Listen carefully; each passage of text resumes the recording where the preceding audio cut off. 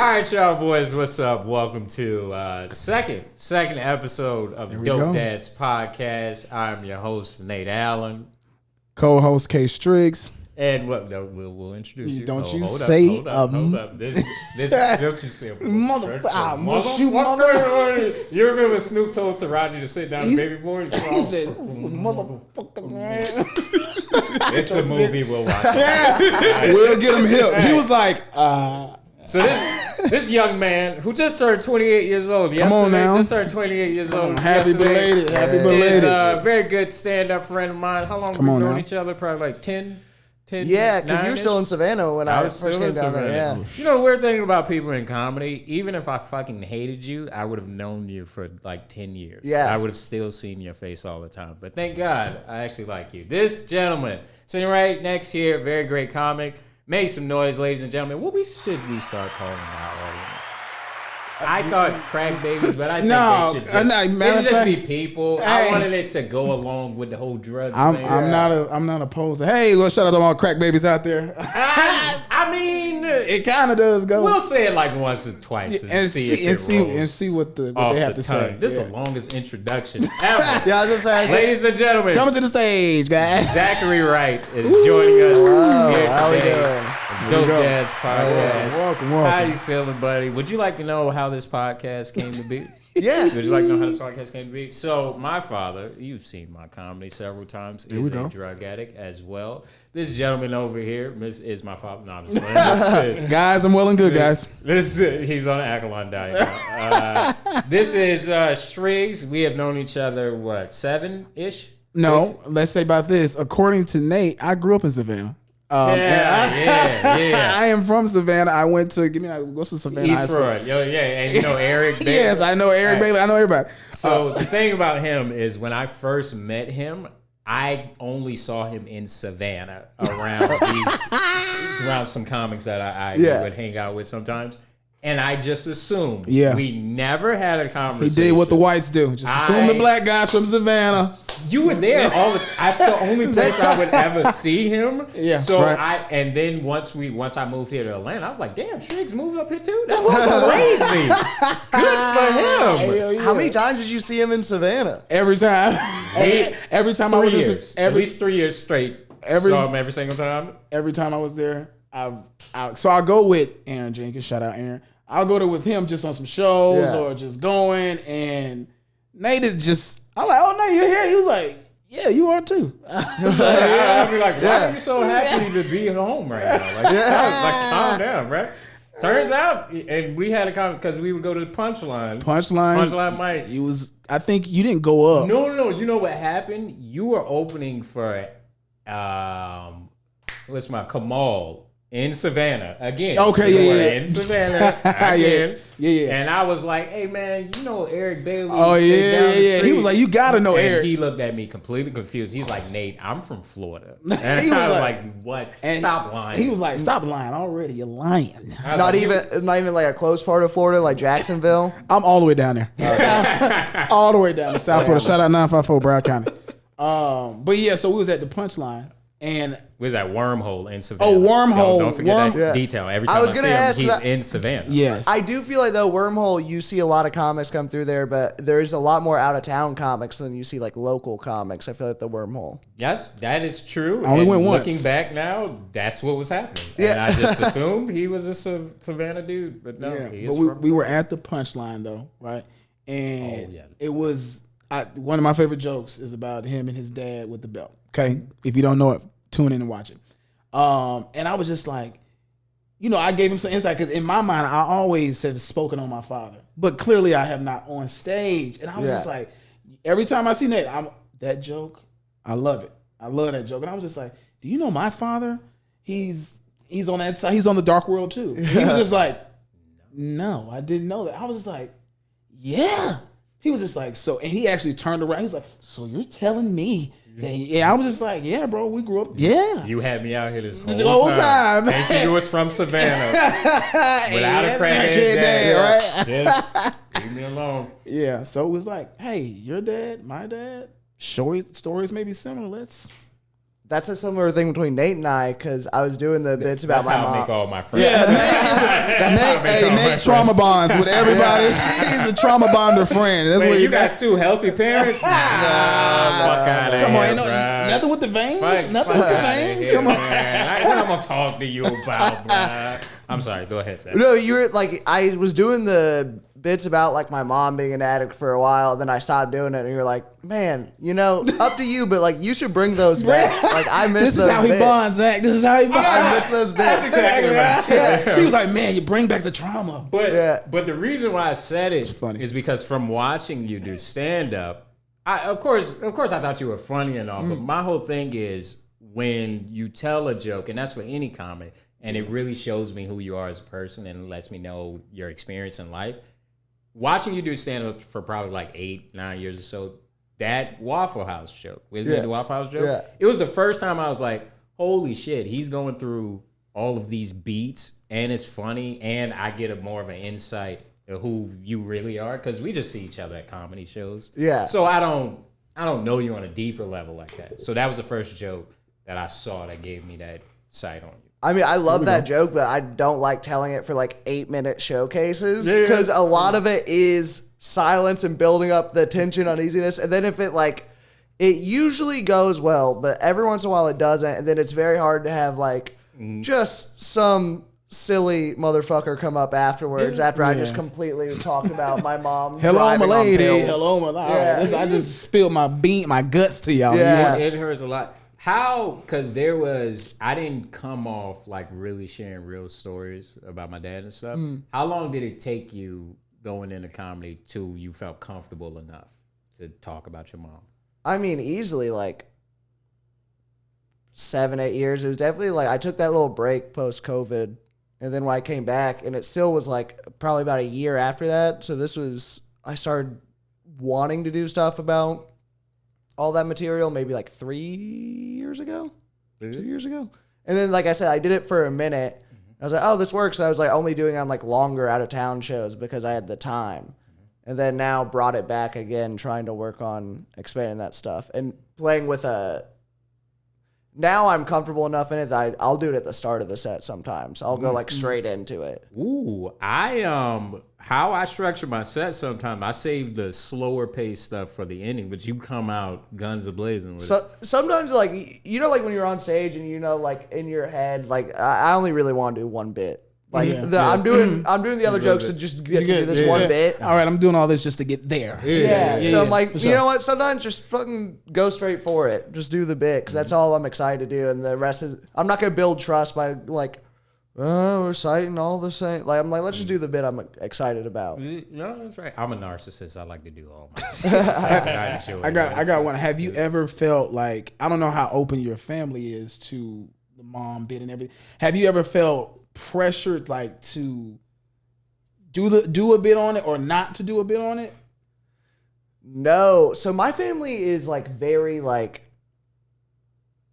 white Christian, does not talk about anything. Oh, that's that Law and Order episode. So no one addressed my mom being an addict my entire life. It was kind of just something I was as I got older, I started to put together. No one dropped a dime. No one. No one. No dime bags were being dropped. We don't do that. This is what I wanted to ask you. You said you guys didn't talk about it. So what was if you can remember a moment where you were oh, I think my mom has a problem. Oh, it was literally that bit. The Waffle House thing is very true. Mm-hmm. So she was completely I don't know if I established. My mom was one of the first victims of the opioid crisis. Got into a car accident before I was born. I feel weird asking you to do this, but can you give a synopsis of who your mom is first? Yeah. I'm sorry, I should have did this in better order. Is this is she a known figure? No. Oh, okay. I was just is she that sounded like I'm is she a celebrity or something? I'm what? I'm thinking if somebody watching this, they don't know. My mom is Casey Anthony. Pretty cool. Pretty cool. I was the one that made it. Shout out, sis. I also was going to ask you, did you have any siblings? But go ahead. No, my mom. My mom got into a car accident a few years before I was born. Broke her nose, and they started giving her like painkillers for it before like everyone was like up in arms about how bad it was. And she started taking them and never stopped. I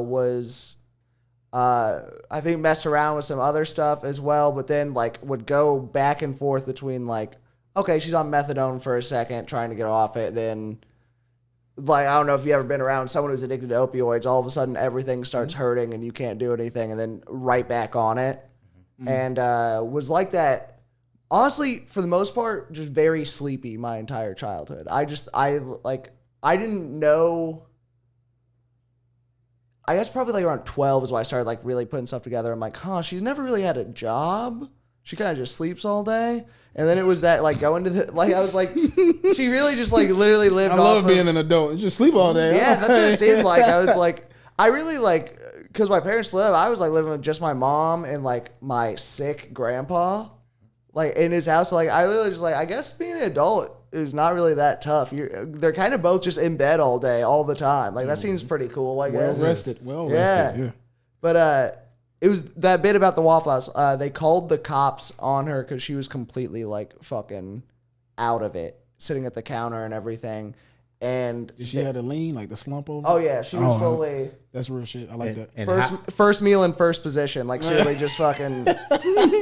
Shit. We got a leaner. Come get her. That's what sort of the bit. That's what the bit is about. Like to really be so far gone that they're like concerned at Waffle House. That's out of all places. Yeah. Get here quick. Yeah. We just had a Royal Rumble here last night. Last night, you mean an hour ago? It's actually still happening right now, but we have another one in progress. We got one over here that's sleeping at the fucking We got a leaner. Got a cold red leaner. So how old were you when that happened? I want to say 11 or 12, somewhere like right around there. What was the feeling? What was the feeling that you had when you saw it? It was weird because my dad pulled up. And they've been like, I think they like split up almost immediately. Like I've when I was never born. heard you talking about him. What is the story with your dad and your mom's relationship? Like, my dad played in like bands. Was pretty successful. Was probably gonna do pretty like he played South by Southwest and stuff, and like was in. Then I came around. Fucked everything up. Yeah, Fuck. But yeah, he was dating my mom. Was she got pregnant. She banned? Oh, she just okay. So I think she was quite literally just a groupie. I think that is. I think that is the situation, and then shotgun wedding, got together, and pretty immediately split up. Like when I was like very young, so I didn't see my dad a lot for up until about that age.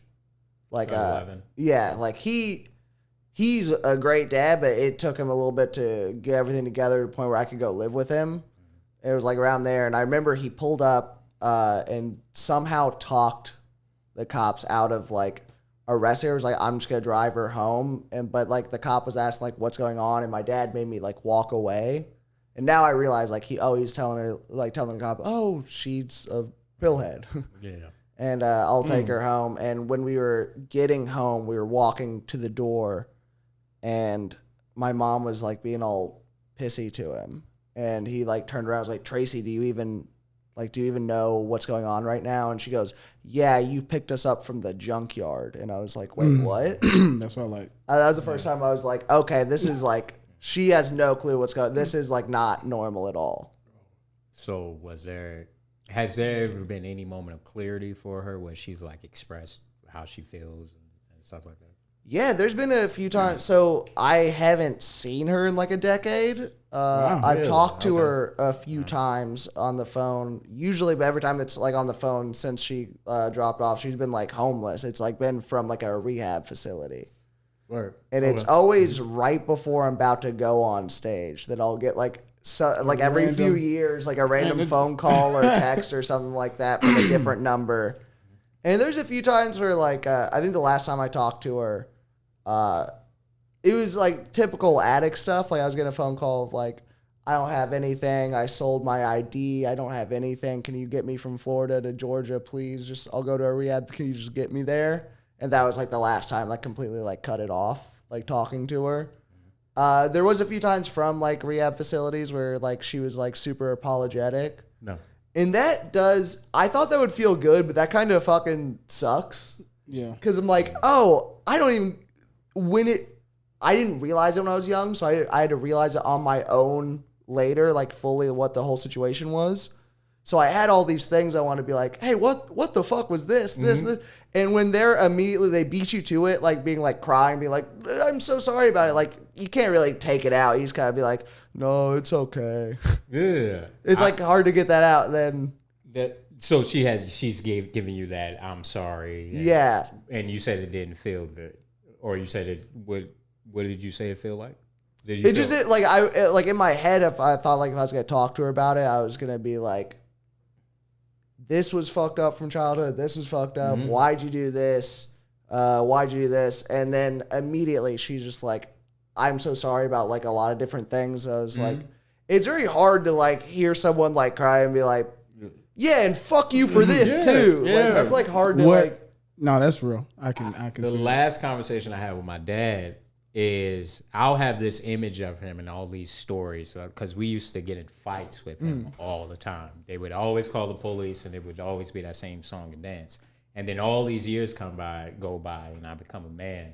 I finally went back home to like talk to him and have like man-to-man conversation probably like 2 years ago. When I first walked into the living room, I remember he was so frail and small and old, like he was like missing teeth and shit like that. It was like this dude looks so much different than he did when he was doing all that shit. Yeah.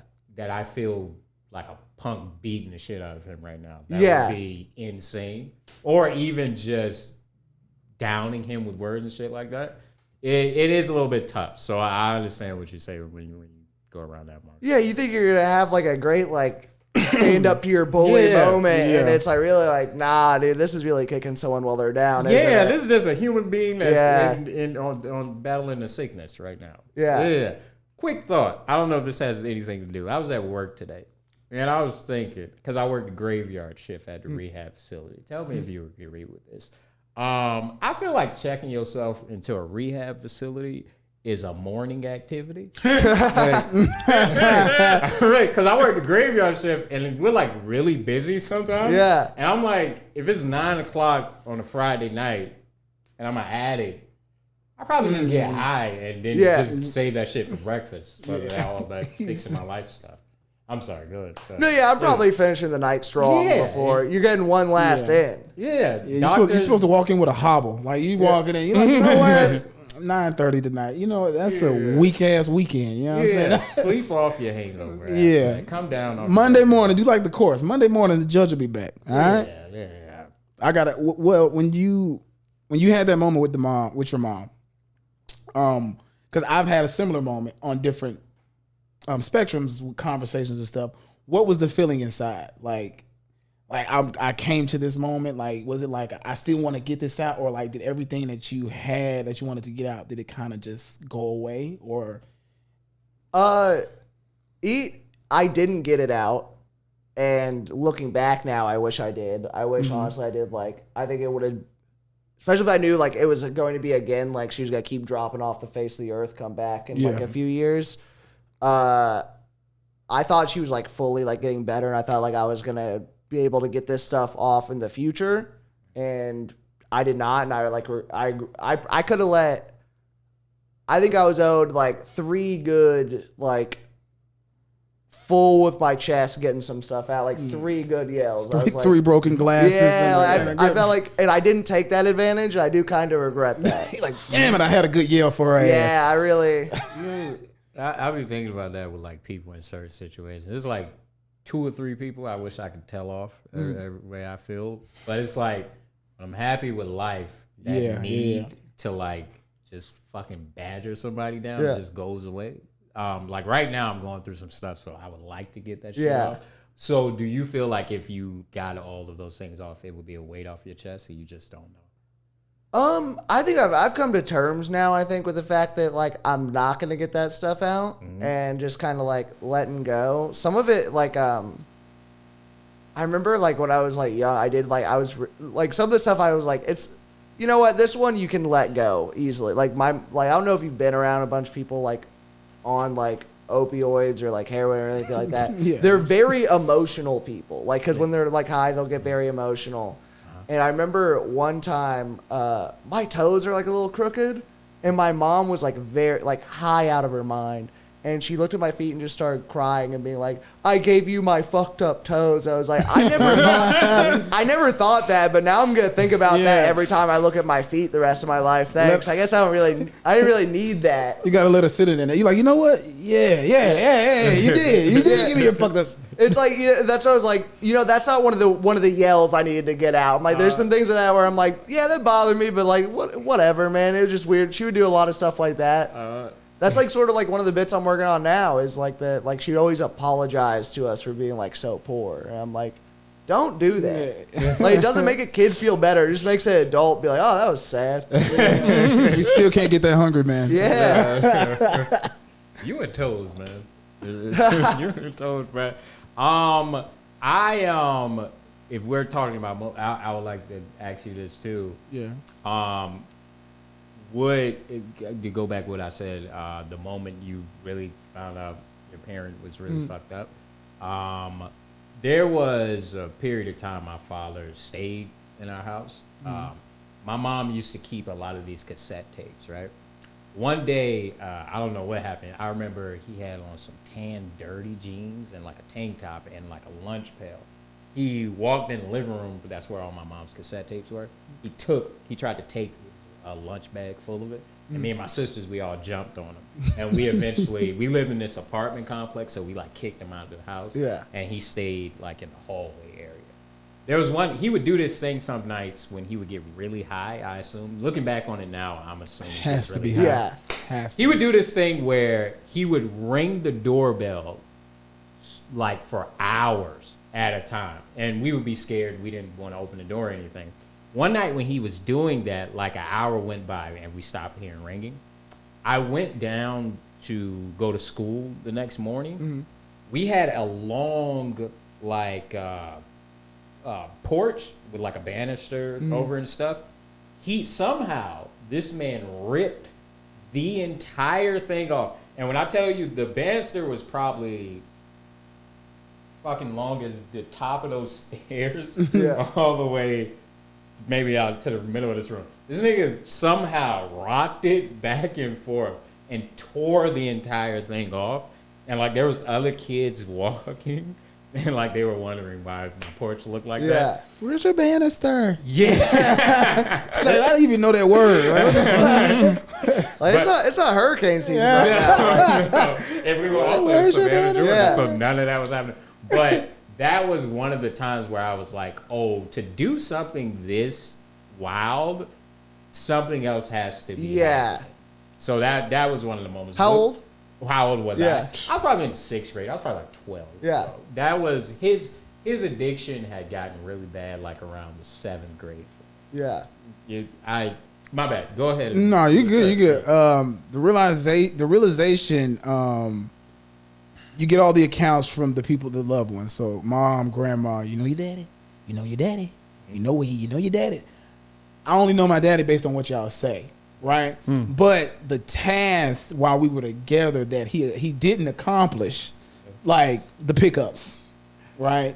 The out all nights, and I was there with him sometimes, right? Or the just didn't come through, or what, and whatever the case may be. And I never held it against him, but I started to see like small stuff that like, damn, I've been going through this my whole life, and I'm like, damn. And so like those small stuffs of porch pickups, coming over to get you to spend the night at the weekend with me. You know, I'm here for the weekend. I'm gonna spend the night with you. And it was just a whole bunch of you didn't come. I never held it against him, but I used it as like a okay.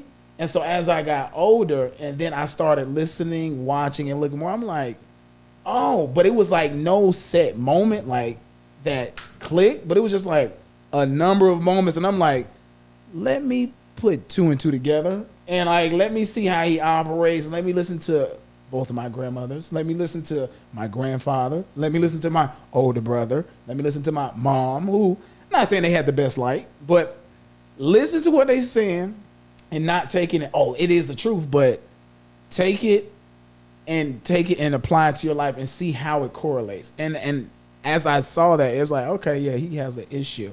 And, you know, like with him, you know, he wasn't there like that. But I never held it against him. But it's just like, yeah, man, I love you. Yeah. But you are you're interesting. Yeah. But he's my father. So it's like, yeah, like little small moments like that in tidbits. Do you have like a specific moment? Wait, let me explain something to you. Where you going with this? The interesting thing about us sharing stories about our cocaine addiction fathers. Yeah. His father is a functioning crackhead who owns his own flooring business. He disappears sometimes. Yeah. Lawn care service. Own flooring business. They go on fishing trips together. They go on fishing trips together. The one time in the past 7 years, yeah, we were. It's more than I got. More than I got. You know what's crazy? I went back home to Savannah to try to see my dad, right? So my dad does this thing where he hangs around the park area. You know, sometimes they said, yeah, you know, around there. So we went there. Known to do. We went there, right? And so my mom and my nephew and my niece were with me. My dad doesn't have a phone anymore, but my mom knows exactly where to find him. Yeah. So we went to the tennis court first. He wasn't there. So we walked down the street, and he was near like this coffee shop, like a few blocks away from the park.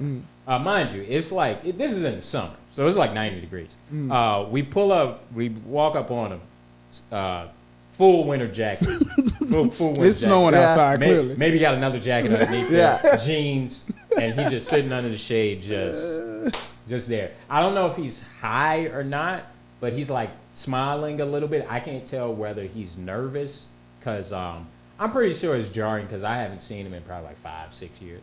So I walk up on him, and my mom, she says to him first, "Hey, do you know who this is?" And he's like, "Yeah, I know who that is. That's Nathan." And that makes me feel a little bit good. Yeah. But I go up to him because at the time we were thinking about starting a podcast. So I'm like, "Hey, man, you hungry? I can go buy you something to eat. We can talk." So this is recent. This is recent. This happened yesterday. This happened yesterday. Yeah. I looked like this when this happened. Yeah, he was on the Alkaline diet when this happened. And, 20 pounds down, baby. And so, yeah, and it was the least amount of anger that I've ever had approaching my dad because I was really open. Because the whole idea of having a relationship with him or anything like that, I had completely let go the past couple of years. So I was really on some, hey, man, let's just have an honest conversation because I don't really know you as a person. So let's just talk. And, like, he wouldn't do it. And the shit kind of broke my heart. But what made me feel it, so thank you, Joseph. Thank you for the guy that you can't see. That's he's in it with us.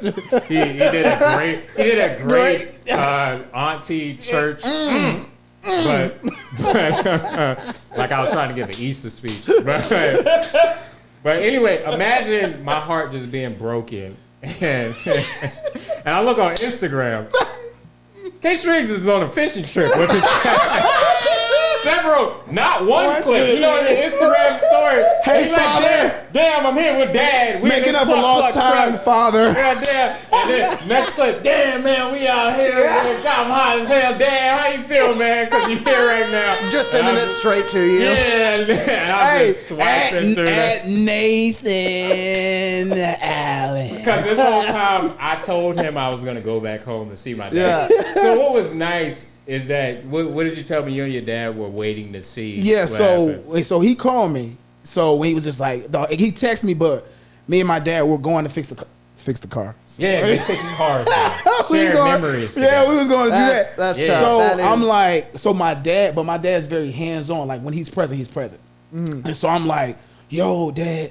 I said, you remember the guy I told you about with the podcast and his dad? He's like, yeah, what happened? He went to go see his dad, and now blah, something happened, and he's like kind of like in the moment, and he was just like, man, can I talk to him? Like, what's going on? Like, my dad was invested in like, yo, how can we help? And I'm like, and then I hit you like hours later though, because we had left, and I left my phone at the house, and I came back, and I'm like, oh snap, and my dad like literally called. He hit me as I'm leaving his house. Hey, yo, what did he hit you back, bro? Like, what happened? Let me know. That made and I was just like, Dad, let me call him, and I'm gonna hit you right back. So it was just like my dad's like he's that guy, but like when he gone. Though. That's how thirsty I am. I was like, oh, your dad cared about me a little bit? Oh my God, that's amazing. I gotta say that it must feel awful for you in the moment, but like, for your dad, your dad to be a drug addict parent and be like, nah, I really got the win today. Yeah. That's he said I took care. That's two gotta be sons. rare. I took care of 2 sons today. I ain't quiet. He has I can't believe I'm saying this. He has a good dad. Don't let me. Technically, if you think about it, you don't have a bad dad. Hey, don't let my mama hear you say that, man. Well, let me tell you what he didn't do, okay? But did you have like, because I don't know if you answered it, but did you have like that moment that you knew? That was like the closest thing was the interaction with the cops and her being out of it. Yeah. I mean, the only thing my family has ever said to me about it was like I reached out to one of my cousins in Florida that I knew she was living with at one point. Like he employed her at like his pyramid scheme, paleo on the go fucking company, where that might be another diet for you. Paleo on the go.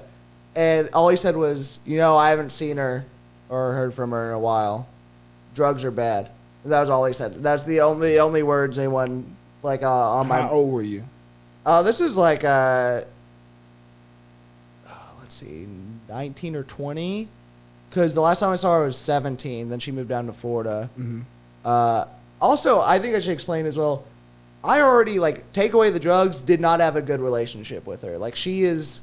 So it wasn't the drugs. It was like literally. It's life. was her. She's I just want you to know, opioids are good. That's not the problem that we have. They do turn your brain into mush, though. That is for real? Yeah, long term. Yeah. Long term. But I'm sorry, you said. She's like a crazy, super right wing, Christian. Like one of the last times I talked to her, she was like, Trump was sent by Christ to save this nation. There we go. I want to talk about I remember being so embarrassed. I think I was in elementary school or middle school. We were at a gas station, and there's these 2 black teenagers outside just talking to each other, and my mom overhears them. And overhears one of them say the N-word, and she gets out of the car and goes, "You shouldn't be saying that word. Martin Luther King wouldn't want you to be saying that word." And I'm just in my seat. They're gonna beat my ass in school, my God. But then would of course say the N-word hard R in the house. It was so she was not a good person already. She was a bad person. So we didn't get along at all. My mom's side of the family, I don't talk to any of them because they're all super Trump, QAnon people, crazy. Would you say that's why you're who you are today because of that? Yeah, I think literally just I was just I think I was maybe again around that age, 11, 12. And I was my family would always be so religious and talk shit about everything. I was I think it's okay that gay people exist. And they were like, what the fuck are you talking about? They were they really, I think they thought I was gay just because I was just the only one in the family that did not talk about how they're going to hell all the time. And also, one of my cousins, for sure, closeted, has not come out.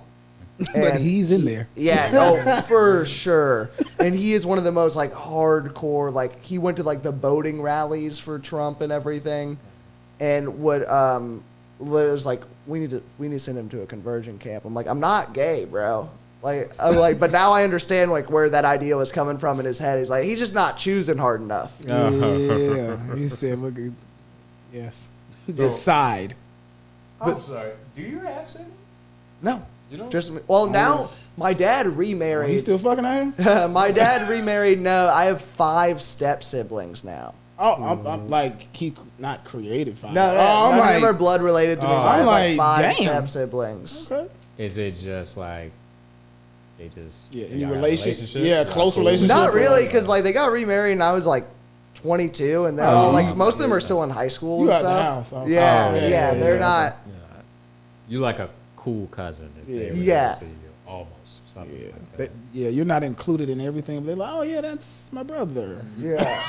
Kinda. I don't even think they'd say But, that. I know him. I know him. He from Savannah. Yeah. I am. So, what's your when you started doing drugs? I'm sorry, I shouldn't say it like that. How do you? Yeah. How do you? See that coming. All right. Let me put myself in it first. There was one time I was really high, and I looked in the mirror, and people will always tell me I look like my dad, but I could never see it. It wasn't until I got high one day and I looked in, and it almost scared me how much I looked like this dude. That's why you never look in the mirror. Never look in the mirror. So it made me think, like, I think because of him, I may have an addictive personality. Like, there was a period of time where I almost was addicted to Adderall a little bit. So anytime my relationship with drugs is shaped a little bit because I don't want to end up like him. So with your mother's situation, what are your thoughts on it now? Do you think it would have been different if she was clean, or? Yeah, I mean, I definitely now, like, I in high school one time I got prescribed painkillers for, like, I had a kidney stone in high school, and they gave them to me, and I did immediately go, yeah, I get it, this shit's pretty cool, like, this is fun. But then, like, I was like, I think as an adult, even, like, I would never take it home with me. I would never, like, go get a prescription even if they prescribed it to me. I smoked weed for a very long time, and, like, I haven't really messed around with too much other stuff. I do drink. If anything, it's more drinking. I can see the genetic line of it was like, my main drink of choice is like a whiskey soda, which is, a lot of people don't drink that. It's kind of a gross drink. And then I was saying that to my cousin, and she was like, you know, that's what Granddaddy would drink every day at 5 p.m. Oh. I was like, oh, well, the taste does, the taste does run, direct lineage like that for sure. Did your mom ever drink, or she was just strictly? No, she really didn't have the money to drink, which I know usually doesn't stop Pick a a lot drug. of alcoholics. Yeah. Pick one addict. You cannot do two. I realized as I said that, like, not having the money to drink, alcoholics find a way, so that's not really. She was asleep most of the time. Pick a deficiency. You can't But do both. it was definitely because she was so fucking out of it all the time. And the only person I lived with at the time was her and my grandpa. And my grandpa, like, had, like, strokes and, like, was in bed a lot. I started smoking weed at, like, 12. And, like, just in the house. Like, I'd be like, oh, what are they going to do? No one's here. Yeah. You never really realized, because even I think that's when everybody just started smoking. 18. 18? No, I lied. My first hit of weed was 17, 18, but then I started to dabble more when I 20, 21-ish. That's probably the same story for me. I know kids would come to school high when I was like in 7th grade. So it was like... Okay. I was always nervous, though. Like, I was on the porch type of kid, though. Like, I'm in church. Grandma, I'm the golden child. Everybody else can go do what they want to do. You're going to church with me. So I was like, so I didn't get that leash until college, baby. Yeah. But, it's just like... You think you were treated that way because they knew, like, about, like, your dad and his situation? Or? Yes, but also my older brother... They had to hold you back. Yeah, they was like, no, we know you. Like, this boy gonna do some crack. No, but my brother, who was 4.5 years older than me, he got a little looser leash, but he was still like, okay, you can go to that party, but don't, it was just like that, like, don't smoke, that whole deal. But me, they was just like, hell no, sit your ass down. I was like, ah, shit, okay, all right. I watched Golden Girls and Jeopardy. When you got older, they didn't give you the freedom like they did your When I got older, I'm telling you, I wasn't eager to do it. Oh, like during high school phase. Yeah. Like I'm like, oh, okay, I'm whatever. But the first weed thing I've ever done was a dab, and I went to my. I went to my boys. No, that was the second time. I'm sorry. I smoked weed at this one apartment, but dad was early, very early. That's even worse to be like hit a blunt or something once and be like, okay, I think I can handle this. Then a dab straight to the dome. I because it was at their prom. I face planted on the bed and didn't move for hours. Yeah, and I was just like, whoa, what happened? It was like, it happened. I was like, wait, hold on. I'm like, what do you mean? I'm like, no, okay, no. But yeah, it was. I didn't really. There was no ego, but I think peer pressure played a little bit when I got older because it was just like, I'm the funny guy that could be around the jocks, the girls, the dope boys, and it was like, bro, you don't smoke? Come on, bro. Look, I'm gonna buy you some weed, bro. You gonna smoke? Bro, you gonna smoke on me? You owe me. I'm like, next thing you know, I'm getting just free weed, or I'm smoking, and I'm like, all right, and then you just fall into that. Yeah, and it was nothing crazy, but that's just how it happened for me. Well, weed's not like addictive in the sense that like the drugs we're talking about, but like it definitely. I realized I had a problem, bro. I was like taking dabs. Like I was like 18, 19. I worked at like a mellow mushroom, and my coworker didn't have a car. That fits. Yeah, he didn't have a car, so he would I'd pick him up and bring him home from work, and he would just pay me in dabs. So I was like literally just like 9 a.m. taking a big fat fucking rip of that, then going and working like a counter at a pizza place. Like it was like you don't really need it for that. That's like a he don't rank up 6 small pieces. I just needed garlic bread, sir. Yeah. I was like, what? Bro, no, one time, thank God it was like a fake like sting operation. I was so high. Someone ordered a beer, and I was 19. And I asked to see the ID, and they showed me the ID, and I went, that's my birth year. And then I rang in the beer and gave it to them and didn't like think about it. Like, but also 19 years old. He said, you're 19, right? I was just so high. I was like, that's also 1997. Cool. Here's the beer. I bet they were like, whoo. And look, here's the keys to the restaurant. It was like a fake sting. It was like the owner put it on, not like the actual, I got like sent home and like, I was like, so, yeah, our owner was like this funny weird like South African dude who would like, he would at the Mellow Mushroom. Yeah, a South African Mellow Mushroom owner. Okay, this dude Michelle. I like it. All right, I'm with it. What did he sound like? Do the accent. Yeah, that's I'm like South African. I'm joking. Do not do that. Do not get us. Don't They're gonna be like, yo, let that white boy do that sound. I'm just playing. It's a white dude. It's a white dude? Oh yeah. Go for it. That's what I was like. Look, it's okay. Do Elon. Yeah, never mind. Do that. Go ahead. No, like he legitimately owns like the majority of like the mellow mushrooms in the Atlanta area. Oh, okay. But he would have like stings like come in like once a month. every third Wednesday, we got a sting guy. Truly, like it's coming, and that's the thing. I was just like I would just get so high that I'd be like, doesn't matter, who cares. And I was like, you know what? It wasn't until like around COVID that I stopped. Because like when I knew you, I was like smoking weed sun up to sundown all day. And then I finally like cut it out. And I was like, I did see a little bit of similarity to the way that my mom was like, dopey and out of it all the time. I was like, I'm kind of doing that same thing. That's probably not good. Yeah. I should definitely cut that out. Did you just feel like the days were just passing you by and you weren't getting shit done? Yeah. Yeah, that's exactly how I feel. Are y'all functional with the weed? Yeah. I'm not productive with it. I'm sleep. That's why. Yeah, that's like. I'm just sleep. I'm not fun, and it's like I had one of my first loves.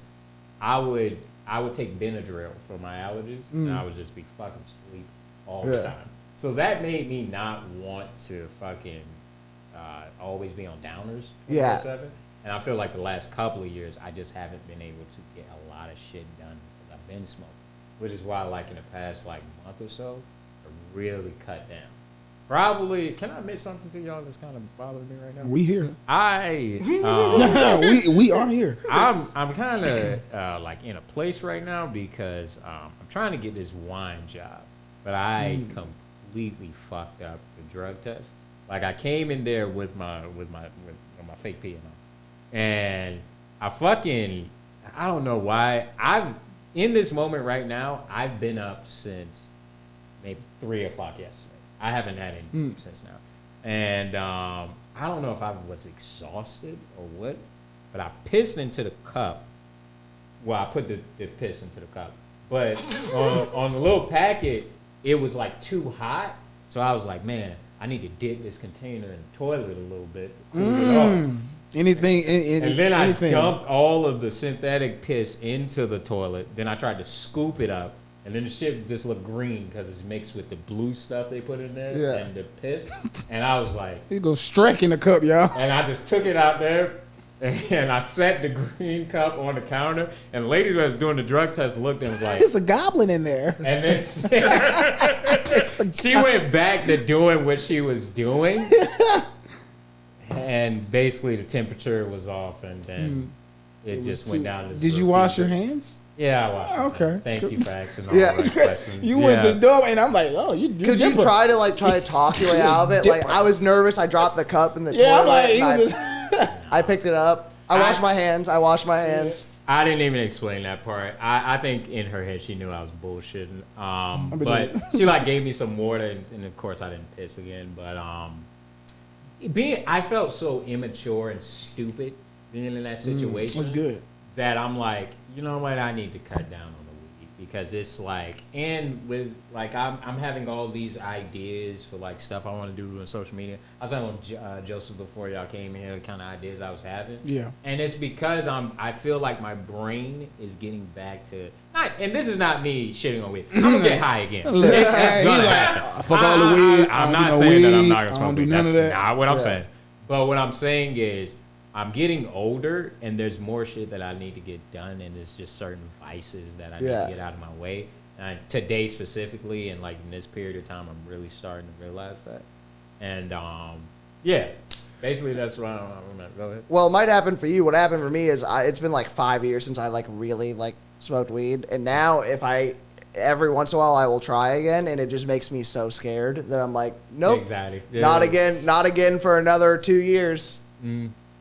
But that's interesting. Like it's like you'll try, but you know, like another 3 years, or it's like that's an interesting because I was always dynamic. I just did it for so long that like from like all the time I was like, oh, I wasn't that anxious. Now I look back, I was like, no, I was just that anxious all the time. Mm-hmm. I was just never not like paranoid out of my mind from like smoking so much weed, and now I'm like, how was I living like this? So it's like you that's like can you be like productive on it? It's like I thought I was, but that's just because I was doing everything high. Now I look back, I was like productive. I was like I didn't know what the other thing looked like. I was just like doing everything poorly. I do this all the time. I do everything. Yeah, I was like, I do I live my normal day like high out of my mind. I'm like, well, I haven't not done that in years, so it's just by default you're productive. He's like, you actually haven't done shit today. You haven't even moved.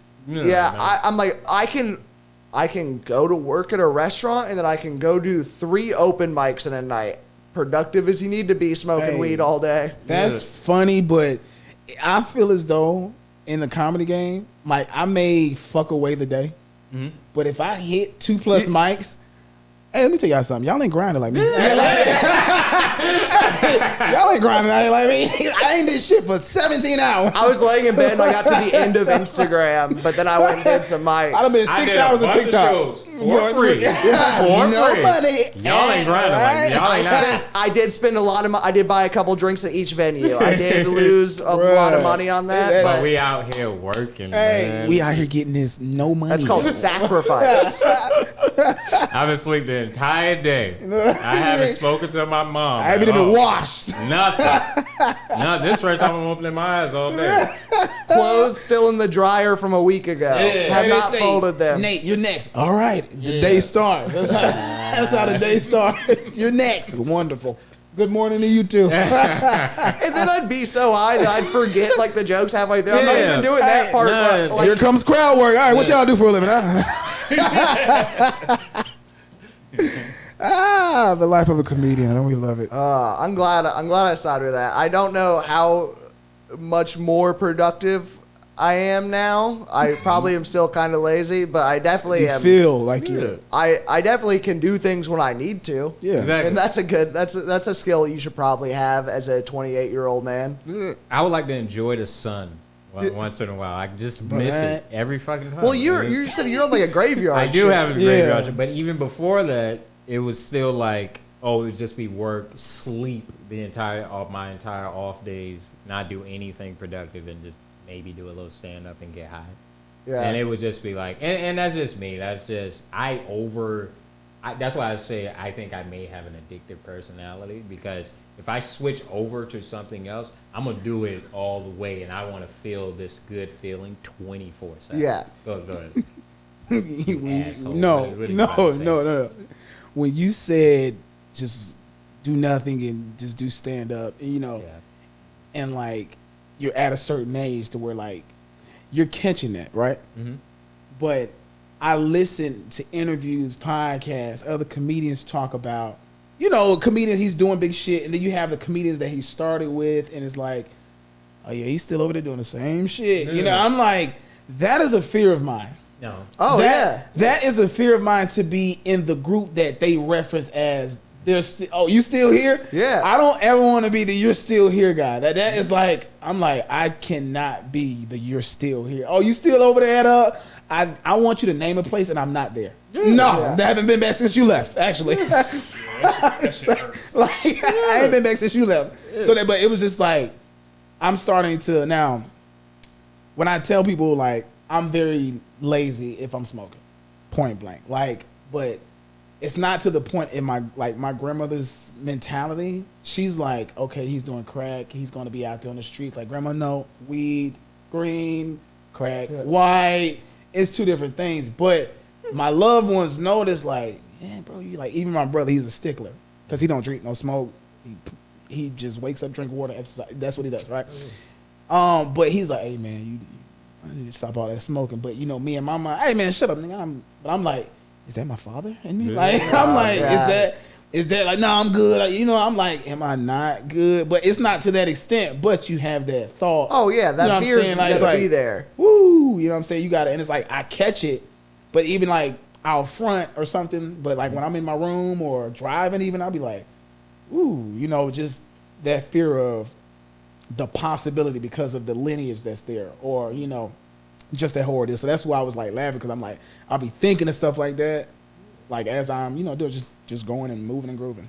And a lot of times it's not always just losing the big things like your family or your house or your clothes and shit like that, or getting your ass whooped. It's really, a lot of times the things that I feel like I'm missing out on sometimes is just having like genuine relationships with people. Yeah. If I'm just high 24/7, it's kind of like I dap you up. Stop talking to me. Yeah. Get out of my face. I'm scared in that phone. Like, I don't want to respond to anyone right now. I'm having me being high time. Yeah, and I don't want to be like that, because I don't want life to just pass by and then these people that I could have had strong friendships with. And Damn, he was a producer. I could have shook his hand. Fuck. I just missed the big break. Fuck. Damn, I could have seen Drewski toes tonight. But Only if it wasn't for the 3-5. Damn it. Damn. But no, and now that when I cut off my vices a little bit more, I pay attention to things like that. It's like, oh, I want to sit down and have a full length conversation with my friends. Like, I want to be out, because I'm not just fucking knocked out at the house. I just feel like more of a whole person when I'm like managing that part of my life. I think that is something you kind of do have to come to on your own a little bit too, because kind of like what you said, like whenever someone does say it to you, like maybe it is even like having like the what like a real like addiction looks like, and it's like maybe you're not at that level, so you're like, oh, I'm good, but it's like they're just trying to be helpful. You probably you probably could like just cut it out a little bit more. That shouldn't be like something to make you like tense up, but like it does, because I'm like, well, I'm not that. Yeah, if you get too strong about it, maybe you do need to look into the lineage a little bit. You know what I'm saying? When you so you talk about your mom, where right now where is she right? I know you haven't talked to her, but I think last time I talked to her was a good few years ago, and she was in Florida. She did create a Facebook account. And that's like kind of last I saw. She commented something on like one of my posts a little while back. Was it like a stand up? She was like, "Boo." Thanks, Mom. I've seen you in a couple years. Thanks, though. No, it's just funny. It's like, have you posted any jokes about her? No, not about her. Has she seen you do stand up before? No, I mean Would you be scared of doing it in front of her?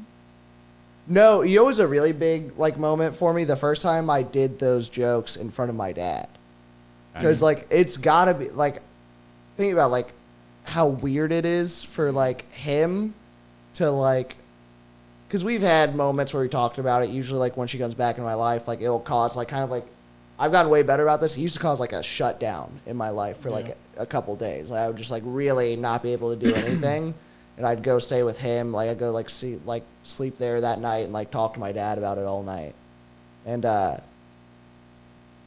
think like him watching me tell the jokes is like, I can't imagine what it's like to watch your child process like your ex being an addict and what that did. It was like a very good moment. It was like I was very nervous about doing it.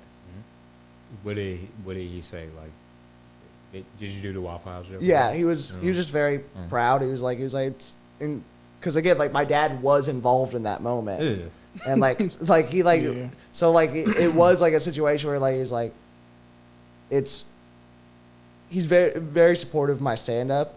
It was like, it's just crazy to think of you going through that moment and like processing in this way, and it's a very funny bit. It's very good, but that was. He's like, that's a little tough to watch. Like I watch him tear up a little bit in the audience while I was like, yeah, I didn't want to do it because I was like, well, I might ruin this man's night. And he's also my father, by the way. Yeah, might.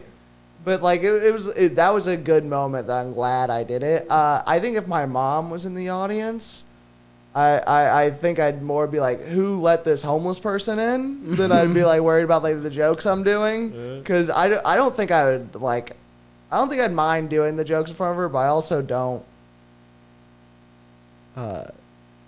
need her to see any of that stuff.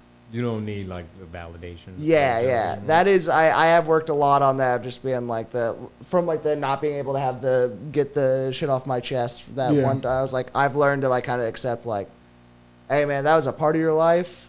You'll be affected by it, but you can let go a little bit.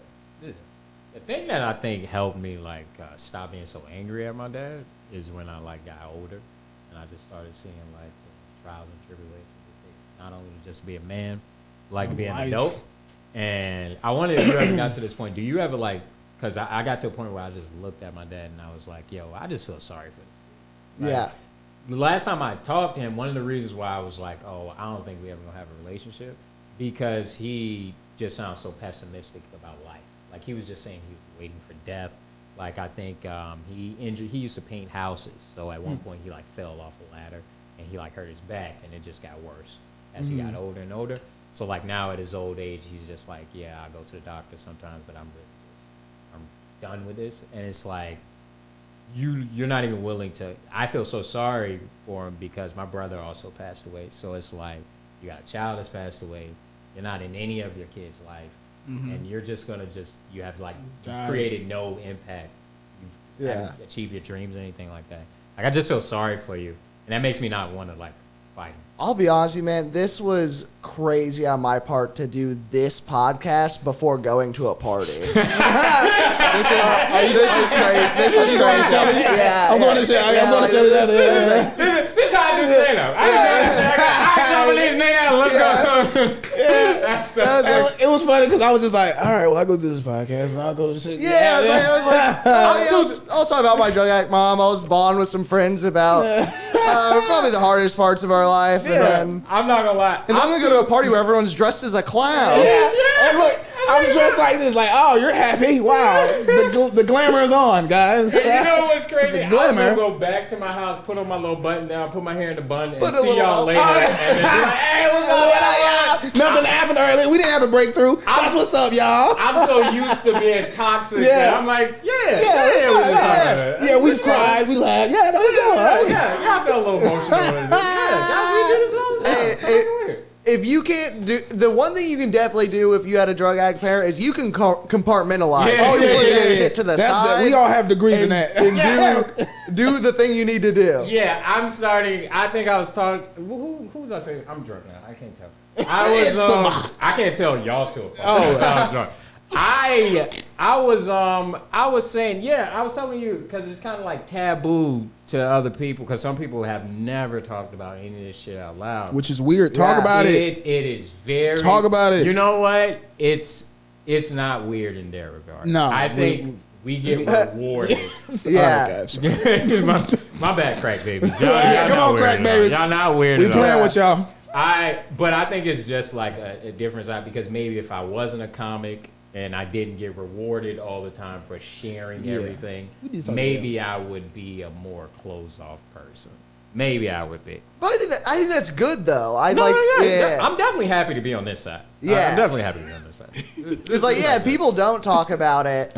And that's the shit that gives you like the heart attack at 57 because you just never told anyone in your entire life that like that's what happened. It's like just breathe. Yeah. Oh, it's like just breathe, motherfucker. I swear, it'll give you 10 years if you just breathe. True. You just, but I look at it as like my coping after I saw my dad in his ups and downs. One thing that maintained consistent with him is the levity in his life, the laughter, the goofiness. Like whether he's on a run or not, he's the same goofy motherfucker. Like, and that's why I'm like, I'm the same way. Like, I don't care what the situation is. There's funny here, and we have to find where it is. Whether that's in my head, whether that's in the room, but that's helped me cope. So it's just like, this is how I've never seen a therapist. I've never, I've outlet stuff, but I've never been able to really, in a professional way, do it. So like the comedy and like this is why it's a must for me. Yeah. I have to do comedy. Like I have to. That's great that you took on that like good part of your dad by still being silly. I do that same stuff with my mom. I tell y'all not to use that word all the time. He said, guys, stop using that word. That's not a good word. Man, it's like a white woman told me to stop saying nigga before too. White women, y'all got to stop this You shit. met my mom. Y'all like, what's wrong with y'all? Y'all can tell us to stop.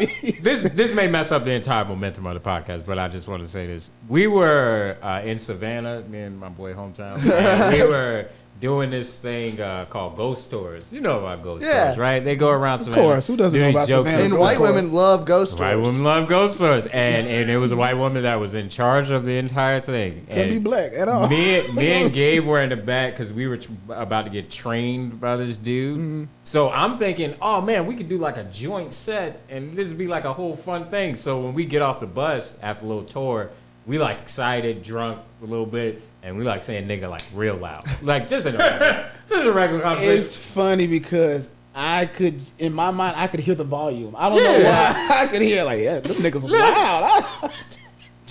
And she came over to us, and I don't know. Sometimes, no offense to white women, but sometimes they do this thing where they like cry. Stop. Sometimes they do this thing where they like cry. And and she was like, I don't know how you guys can ever say that word. And I was like, easy. Mind you, all right. So at the time, somebody explained to me the optics of this, and now I can see how it looks so bad on my part. She was a short woman, right? And there was this like hill, like right here. Maybe it was part of the parking lot. Somehow I stood on top of this little piece of this hill, and I was like talking down to her, and I was yelling like, you don't even care about that word at all. You just trying to be controversial right now so you can post something. And I just was being like so mean. Or no, I just was talking loud. And I just kept saying, why you don't want me to say that word? Why you don't want me to say that word? Just say it. Say why you don't want me to say it. But in my mind, I was being kind and just provoking like strong conversation. But you were drunk and passionate. I was gonna say, was it the vodka? Or it was something I was drinking. But long story short, we did not end up getting to host the ghost tours at all. And they didn't get trained either. I don't know if y'all got that. They did not get trained. Nah, we just said a bunch of stuff. Zach, there was a couple of questions. I think we already answered. Did we knock them all out? I feel like Joseph has some sneaky questions over there. Joseph, did you have a question? I feel like Joseph. I've been feeling Joseph kind of hasn't been himself all day, and I can. Am I right? I know you're cool, He but said, you're "I'm not cool." in your regular 3 octaves I up. was gonna say that was a higher octave than I 3 was. octaves up. Usually Joseph would be down here like writing down. Yeah, he'll at be like, least so 8 or 9 about, so questions 32 minutes ago when you for said, you. I mean, it's okay. You have the freedom to not do that every day. Well, this show is so unique in other talking spaces I've been in.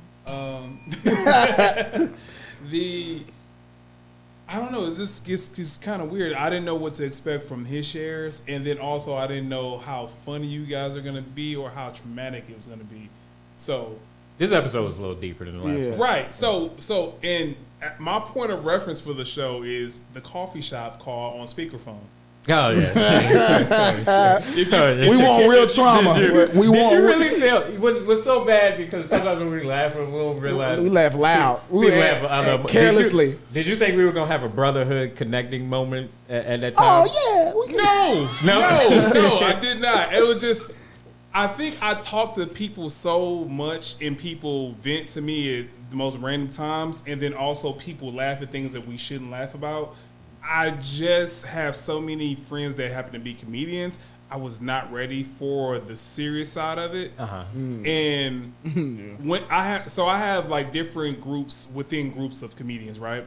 Where you have the funny comedians that have a way of compartmentalizing, as you said earlier, when it comes to trauma, and then you have the ones that are just dark, and they just take their darkness on stage, and it's not even funny. It's just like, this is cheaper than therapy, and I came to an open mic, just let it loose, and then I'm just waiting to my light. And then you have the other ones who are funny, and they just tuck all that darkness down, and then like little inklings of, all right, it's gonna come out now. You are that one for me. So I have moments where I have friends that would just make fun of the darkness, and I try to ask a real question and be like, yeah, I'm not laughing. I'm not talking about that, bro. But here's this joke. And then you would actually open up about it. So I was just caught off guard by you actually talking about that. Oh. And it was like, I'm in the midst of work, and my job is extremely stressful. And the belly laugh that I got when you said, hey, for the sake of this conversation, we're at Starbucks. And while we're waiting on our venties, we're going to talk about our dads on crack. Yeah. On speakerphone. I had a little speakerphone outside. And there was a white woman around. There's a white woman around just on the computer doing nothing, by the way. She was just over there. It's always a white woman on the computer doing nothing. I don't care where you are. It's probably one in this house.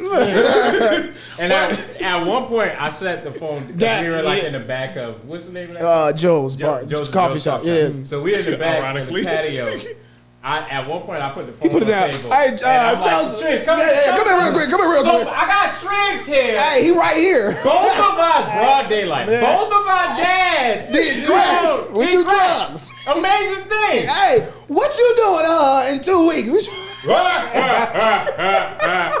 then all I hear, and then we start talking about semantics and stuff. And at one point, Joseph is like, "Oh yeah, now that I think about it, my dad's an alcoholic." We both shut it down. Immediately. Yeah. Absolutely not. Like, Your kind is not welcome here. Yeah, I felt like Shriggs on a fishing trip. Yeah, you're not cut deep enough to be here. This ain't up your alley, buddy. Yeah, so tell your dad to hit the I pipe. have family members. My family is riddled with drugs, which is why I don't do anything. Like I barely drink. I can't even say the last time I had a drink. I know it was a social, maybe Christmas, if that.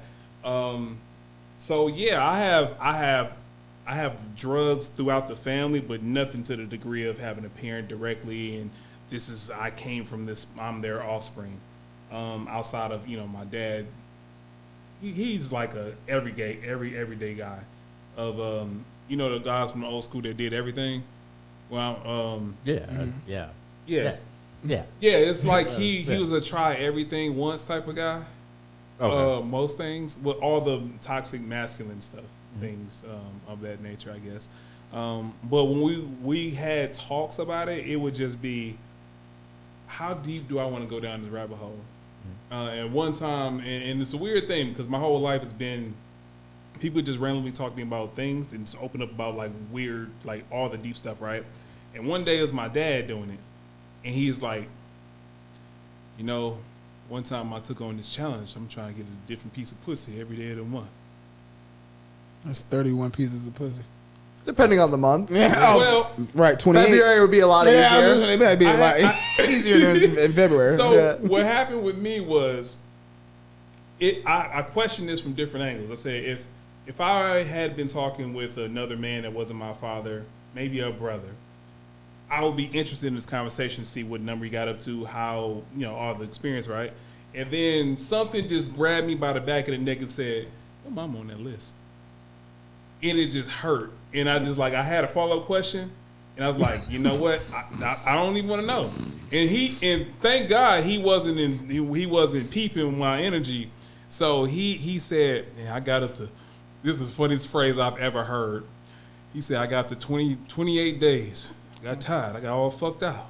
Got off. All fucked out. Take a rest, man. I'm all fucked out. Did you ever find out what day your mom was on or no? No, I didn't know because I didn't know if I was born. Like the 13th. Was I born? 28. That's how we met. Hey, Was I made in this slew of nuts? Yeah. Slew of nuts. You were almost on a towel, buddy. Right. I might have a ghetto twin out here. Who knows?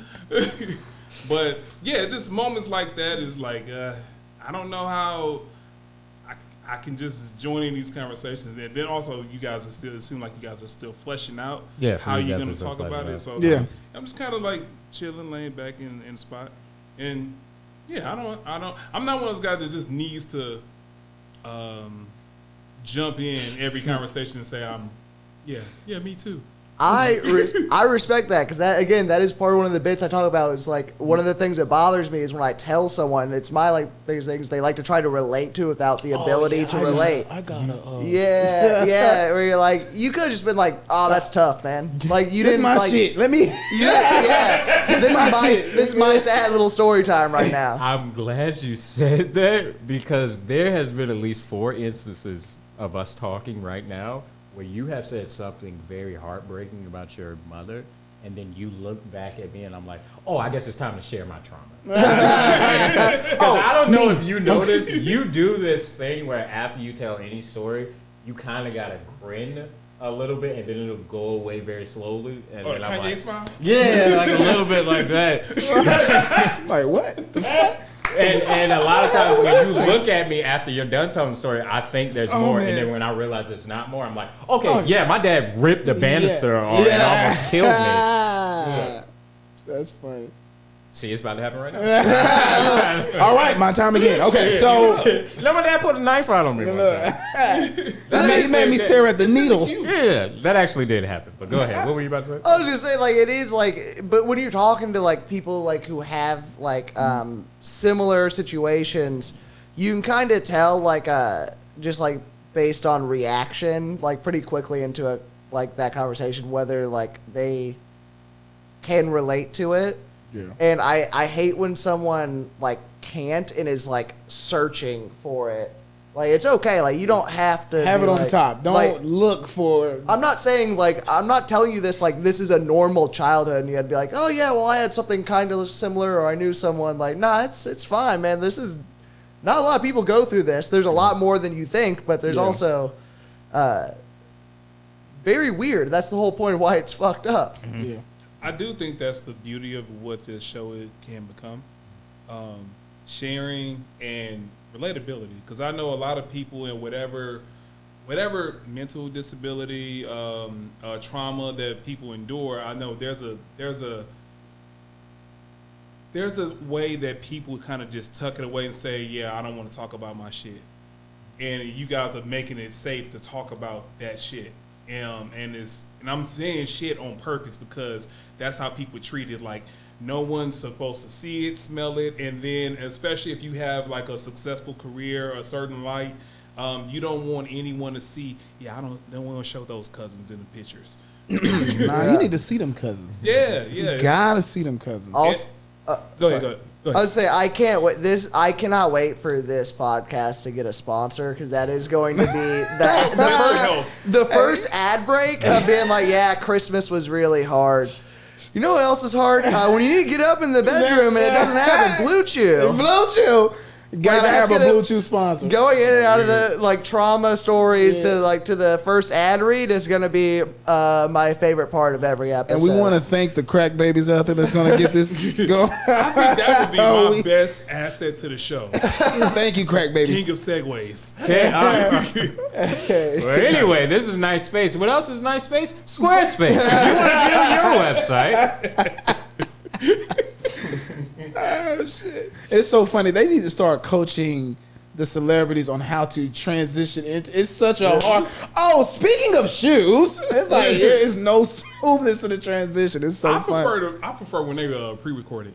Oh yeah, Yeah, like they yeah, do it's like easier. Let's take a break like for just this. like read it off the Yeah, It's like in the middle of the because it's like they have ad voice, yeah. and I can hear it. And it's so weird because I listen to so many podcasts. I can hear when someone goes in an ad voice. Like when you guys are just talking normally, like, and well, you perk up and in the morning you need that extra bit of go. Go to Joe's coffee shop. Put in code Dope Dads. Dope dads, aka crack babies. Oh, I'm sorry. I would say that should be whatever sponsors you should go for would be like semi-adjacent to drugs, things like caffeine, things like that. You want, Everything like- has to deal with Supplements. drugs. Yeah. Has to be drug oriented. All right, I have a funny question. Go ahead. What would you guys say absolutely no to as a sponsor endorsement? Not funny. Israel? That's fair. I don't know why they would want to sponsor us. But they give a lot that's of people fair. money to say positive things about Okay, them. yeah, that's right. That's probably I one. don't know why that was the first thing that popped into my He head. said, "Yeah, that's Israel, fair. the country." We Yeah. don't. I don't. I feel like a slut because I can't really think of one because I'm not Who's gonna got lie. bags? I want to be sponsored by anyone. If it's food, No, I don't give a fuck. Oh, I'll yeah. sell any goddamn Yeah. thing to anybody. I don't care. Well, if it's alkaline, you got to be alkaline.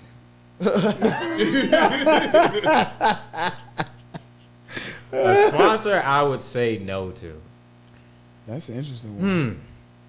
Which one? You have to name a company. The company would have to be public that they're doing something racist. Okay. Yeah. Then Yeah. I had not be able So to support it. no. Wait, who had a public go? Who races rant? H&M. So no to the H&M.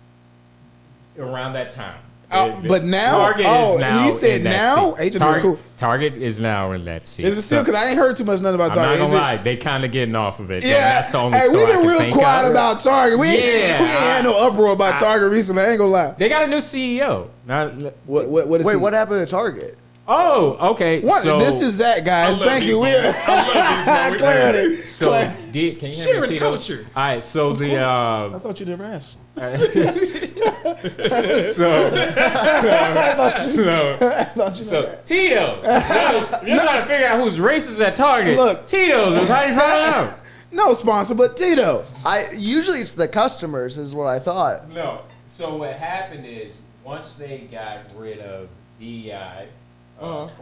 He says, "Don't forget my cup." Across multiple companies. There you go. That's good. Across multiple companies, Target was one of the companies that originally took it away, and they weren't the only ones. Yeah, it was There like were other Costco was the people. only one that's like, we're keeping it. Yeah. So it was. That's It wasn't. Walmart's sister. Yeah, it wasn't just Target. It was several other companies. So, the whole strike was led by a pastor, Jamal Bryant. Jamal Brown, and Bryant. Target was just one that we just landed on. So just to show how powerful the black dollar was. So it was a whole strike against them. Yeah. And their sales plummeted. And I think recently they have like a new CEO. So kind of like what they were just going down, kind of like, they have a white woman as their CEO now. Oh no, I'm sorry. That's Cracker Barrel. Cracker Barrel. That's Cracker Barrel. I apologize. And a new logo. Yeah. See white women they come in and make a new logo. That's crazy. But yeah, I think their sales went down and they have a new CEO now. That's my bad. I did get these pants for myself on Saturday for my birthday. It's all Did not good, man. know. And we letting him sit down, man. We got to Yeah. next time you gonna stand up the whole time. But it like I know we chose Target, but do you know how many companies? Yeah. It's so Like so, it's like we're just deciding to choose Target this time. Because technically, if we want to go in history, we probably should just be walking around bare knuckles.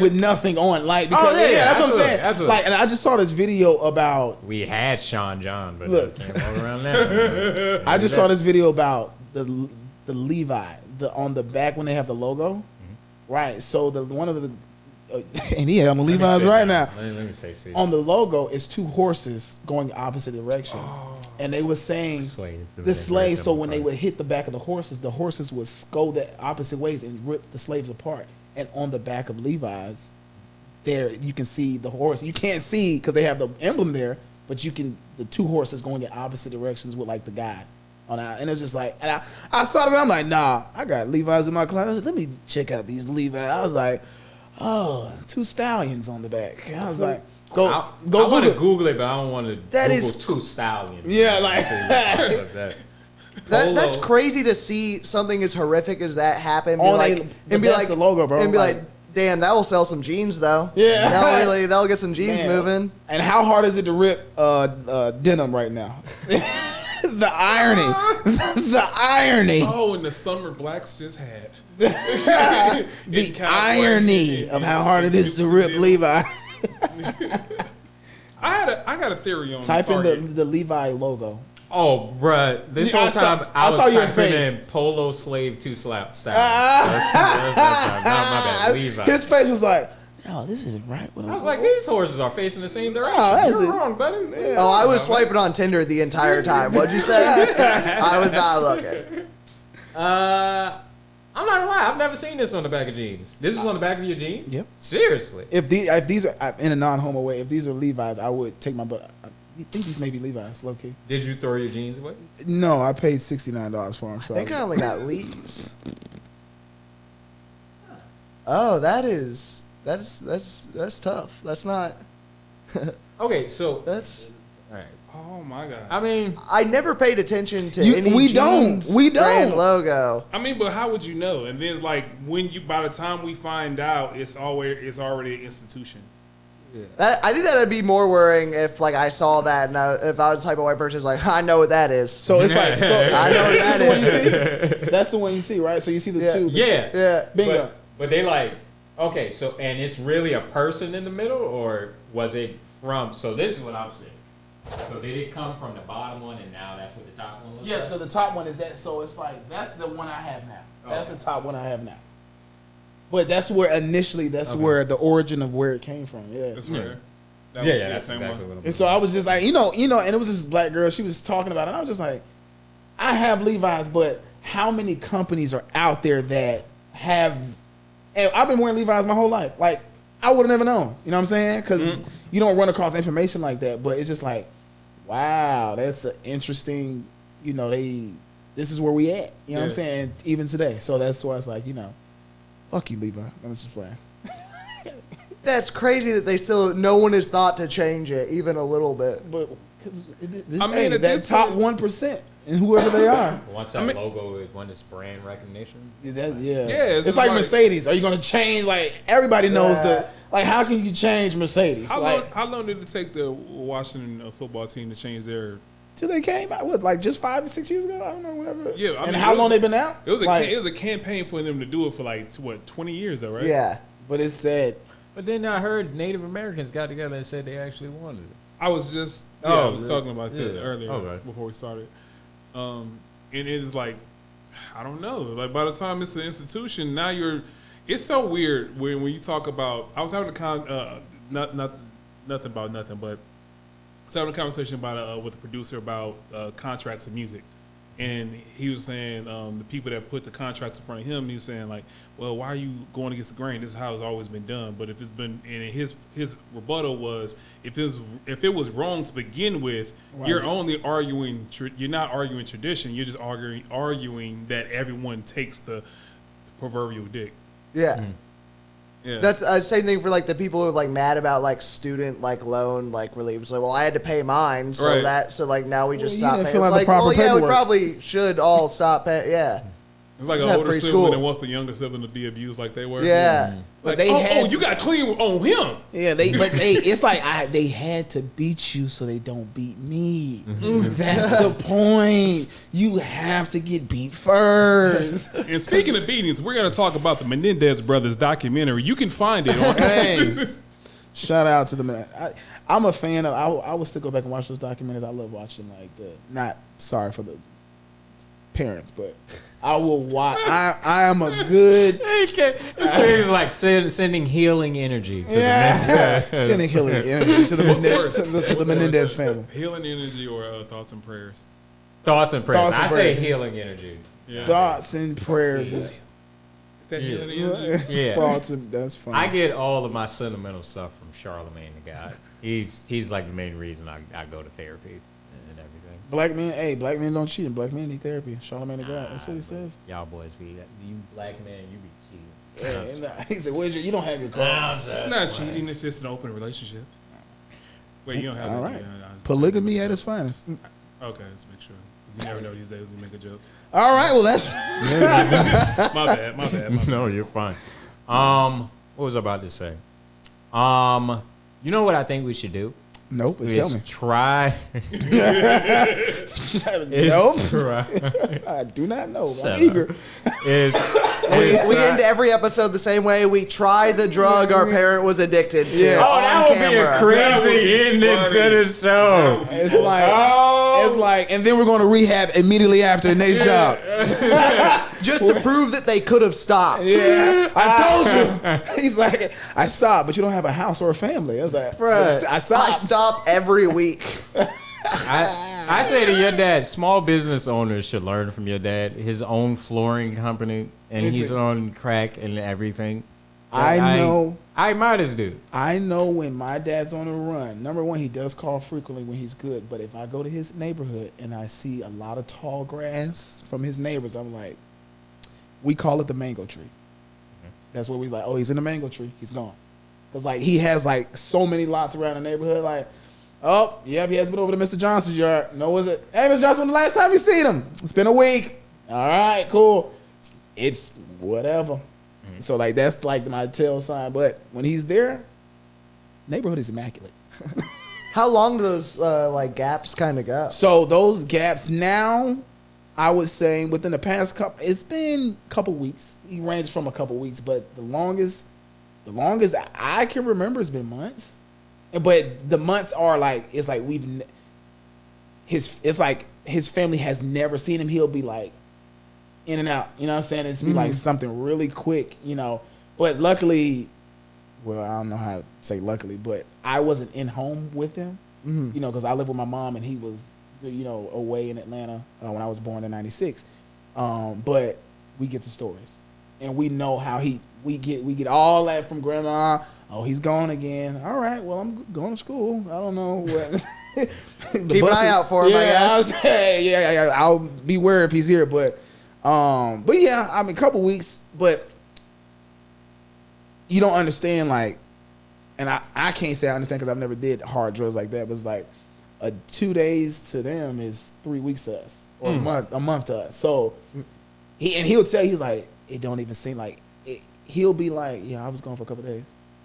I'm like, you know, I graduated high school, right? I'm like, you know, I'm in college, right? It's like bringing up old shit. Like, hey, we still out there swimming? Dad, I was 10. I got a beard now, nigga. Like, what the fuck is you talking about? But hey, you know. But yeah, I mean, how would you say like is yours like? Well, Years. Years. I was Mine, yesterday. I saw him yesterday. You know what I'm gonna do? My whole thing is, I think I ambushed my father a little too much when I came. I think it may be because I was so angry. I was so fucking pissed off that he just wouldn't speak to me. But then my mom, what was so crazy is my mom is usually like the person that's, hey, that's your dad. Go speak to your dad. You only get one dad. Nah, fuck that. She's about peace and all that stuff. Even to the point where there's been times where she hasn't really acknowledged the stuff that has happened with us and all of that shit. But my mom was actually upset too, and it actually took some of the anger away from me because it was the first time she was ever like, "Hey, he could have at least gave you that. He didn't have to do you that way." And it almost got after I watched his fishing trip with his dad. It made me feel a little bit. It made me feel a lot better because I didn't feel like I was alone being rejected. That's what you really want, though. It's like that's why I wanted to get off my chest like years ago. It's like, oh, you just want that validation of someone going, "You're right, that was fucked up." That's really all you. Parents, that's all we need. Just validate the feeling at hand. Just take the blame, and we're gonna move forward amicably. Okay, that's all we need to do. So Something I'm picking up that's also interesting between all three of us is I think we're all like getting to a similar place with it, where it's like more empathy for the person and extended like to those around you. From it, like understanding of that, which is interesting. 'Cause I like you talking about like not a lot of people open up about it. But it's very rare to find someone else who has like a similar situation is also in a similar kind of place about it as well, because there's so many different stages. Because I say all that, I could be mad again tomorrow. Absolutely, yeah. It's not It's like, fuck you, Mom. Absolutely. When my check is not as much as I would like it to be, I'd be like, man, fuck this nigga. Why you wasn't He there, said, man? banister mode, attack. Banister mode. Don't forget your point. I don't know what you were going to say either. You was talking about what I want to start doing. I think what I was about to say is kind of piggybacking off of what you just said. It almost, I know I make fun of your dad being functional and all, but it actually kind of helps seeing another side of the coin. Yeah, because for sure. if both of us was just fighting violence and all that terrible stuff, I don't think I would get any progression or anything out of doing this. Yeah. It would just be like I'm in the echo chamber. Yeah. But to have somebody here who is actually present with his father, who actually has a relationship, but still at the same time he can relate to the drug stuff that I'm talking about. Yeah. Also, maybe validating to the crack babies out there. Hey, that, man. like, it's a wide spectrum of experiences what we're talking about. And with that being said, we want to shout out to all the crack babies once again. We appreciate you.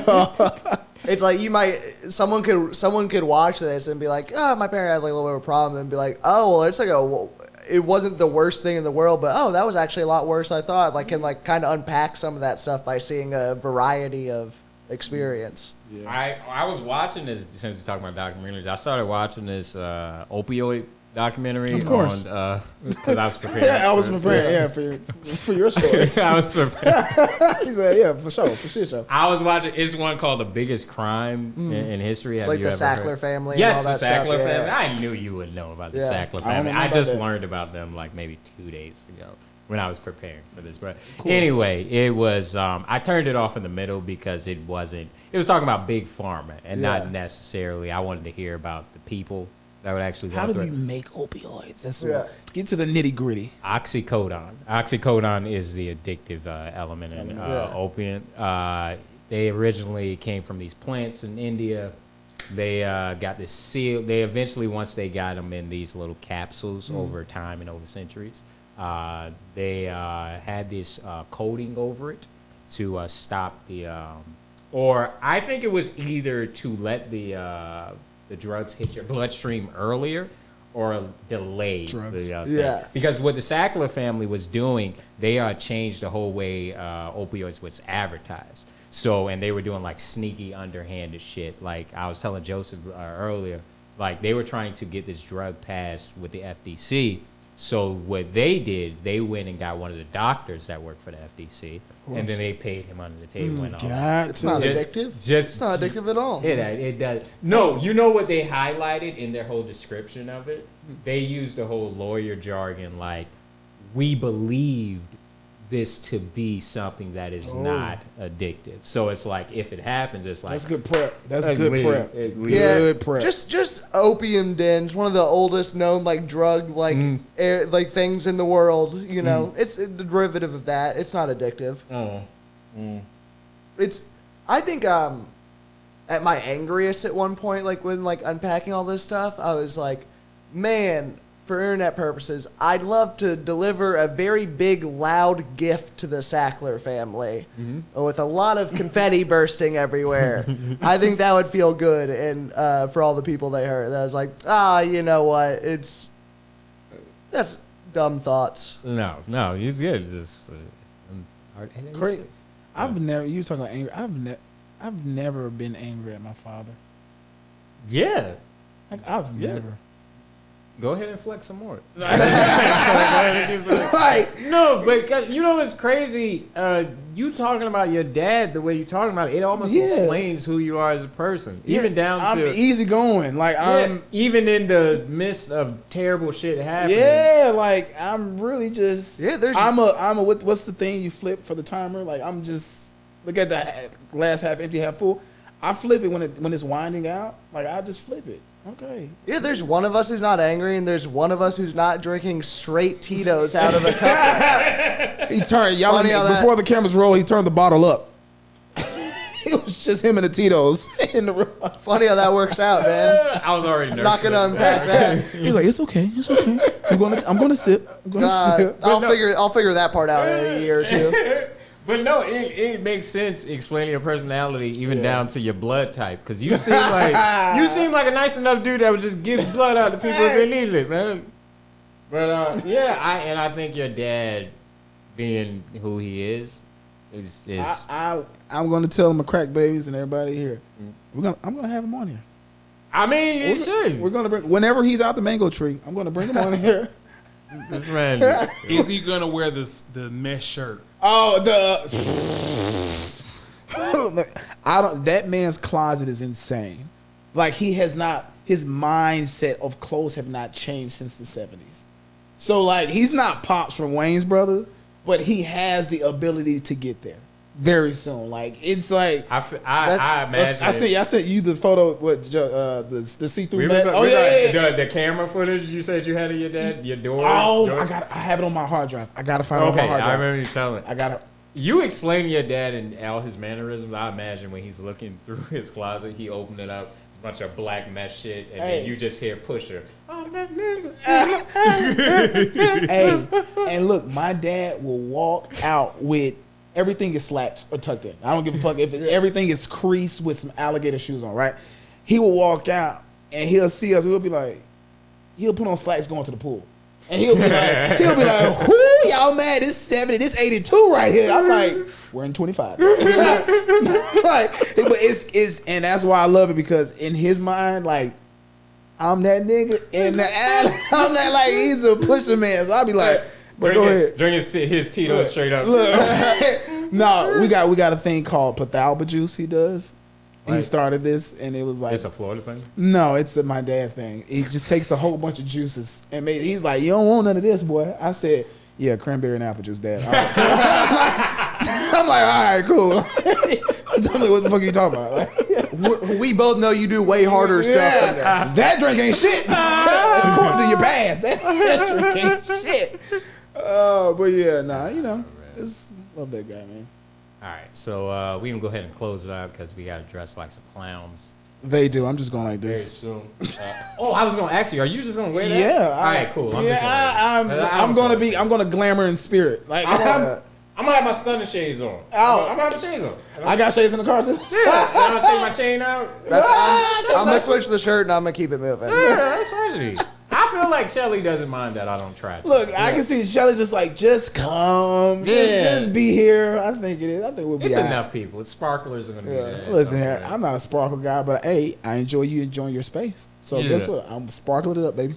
This will be so fun when we just continue this exact conversation we've been having at the party outside. With 34 other comedians. All right, so anyway, guys, back with part 2 of Dope Dads and our crack babies. Here are our live crack babies. Woo!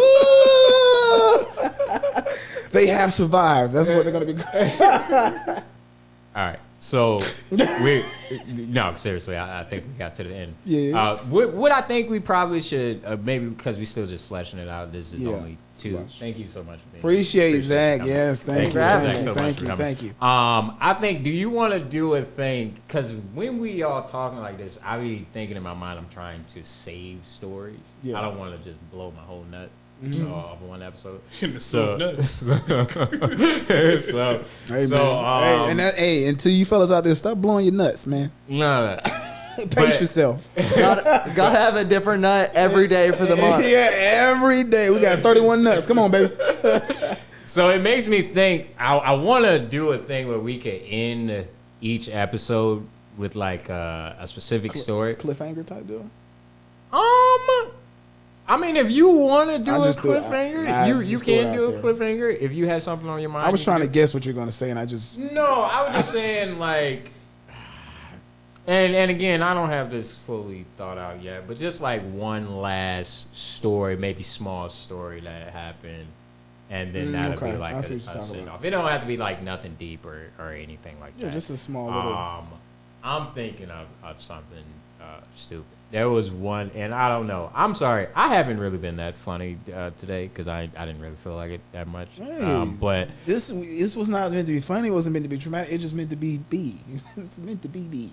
shut up. You talk to your dad every day. I can't say it. No, but You have a foundation with that motherfucker. so sometimes when my sisters would go spend the night, like at my older sister's house, my mom, because she's still like madly in love with my dad, she would just let him come in sometimes, and in both ways. And there was one night he was just cooking chicken in the kitchen, and I knew he wasn't supposed to be in the house, but I'm so thirsty to feel like a full family. I was like, He helping him cook. just let me cook chicken. He asked me, "Hey man, you want a piece of this?" And it was like the first time I ever felt like a caring thing from my dad. Of course. So it just that's exactly how The chicken was red inside, but of course I want it. Yeah, My dad give me raw chicken. I want it. Right, Just- this man could have gave me a balled up piece of newspaper. I would have been like, man, this is a gift from you, bro. Bring that here, man. I love you. But anyway, that was it. That was just it. That was just one stupid thing. Hey, look, there's been another episode of Dope Dads. Hey, we appreciate everybody. Thank you for leaving me. You got to stay out there on that cliff yourself, bro. Yeah, I was gonna say something, but now it's more fun just to leave. Just leave me out here. All right, y'all boys. This has been the Dope Dads podcast. We'd like to thank our guest Zachary Wright for coming on. through.